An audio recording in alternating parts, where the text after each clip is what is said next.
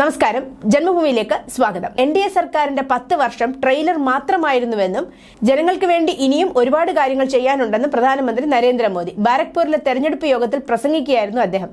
രാജ്യം തെരഞ്ഞെടുപ്പ് ചൂടിലേക്ക് കടക്കും മുമ്പ് തന്നെ വിവിധ വകുപ്പുകൾ 100 ദിന കർമ്മ പദ്ധതികൾ തയ്യാറാക്കിയിട്ടുണ്ട്. BJPയുടെ സങ്കല്പ് പത്ര അടുത്ത 5 വർഷത്തേക്കുള്ള കർമ്മ പദ്ധതിയാണ്. 2047 വികസിത ഭാരതം എന്ന ലക്ഷ്യം കൈവരിക്കാനുള്ള ശ്രമങ്ങളാണ് നടക്കുന്നത്. അതിനുള്ള അടിത്തറ കെട്ടിപ്പടുത്തു. കോൺഗ്രസ് ഉണ്ടാക്കിയ വിടവുകൾ നികത്തുകയായിരുന്നു ആദ്യ NDA സർക്കാരിന്റെ ലക്ഷ്യം.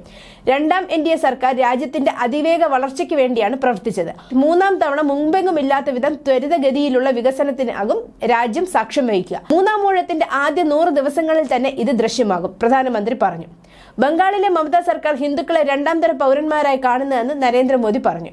ഇവിടെ രാമനവമി ആഘോഷിക്കാൻ പോലും ഹിന്ദുക്കൾക്ക് സാധിക്കുന്നില്ല. തൃണമൂൽ കോൺഗ്രസിന്റെ അതേ നിലപാടാണ് കോൺഗ്രസും ഇടതുപക്ഷവും കൈക്കൊള്ളുന്നതെന്നും ബോംബ് നിർമ്മാണം തൃണമൂൽ കോൺഗ്രസ് കുടിൽ വ്യവസായമാക്കി മാറ്റി. രാമനാമം ജപിക്കുന്നവരെ പോലും തൃണമൂൽ ഭീഷണിപ്പെടുത്തുകയാണ്. തൃണമൂൽ MLA ഹുമയൂൺ കബീറിന്റെ പരാമർശവും പ്രധാനമന്ത്രി ചൂണ്ടിക്കാട്ടി. 2 മണിക്കൂറിനുള്ളിൽ ഹിന്ദുക്കളെ ഭഗീരഥി നദിയിൽ മുക്കുമെന്നും അല്ലെങ്കിൽ രാഷ്ട്രീയം വിടുമെന്നുമാണ് കബീർ പറഞ്ഞത്, മോദി വ്യക്തമാക്കി. റാലിക്ക് മുന്നോടിയായി ബാരക്പൂരിൽ പ്രധാനമന്ത്രി റോഡ് ഷോയും സംഘടിപ്പിച്ചിരുന്നു. ഇന്ന് നടക്കുന്ന 4ാം ഘട്ട വോട്ടെടുപ്പിൽ ബംഗാളിലെ 8 ലോക്സഭാ സീറ്റുകളിലേക്കാണ് തെരഞ്ഞെടുപ്പ്. News desk, Janmabhumi.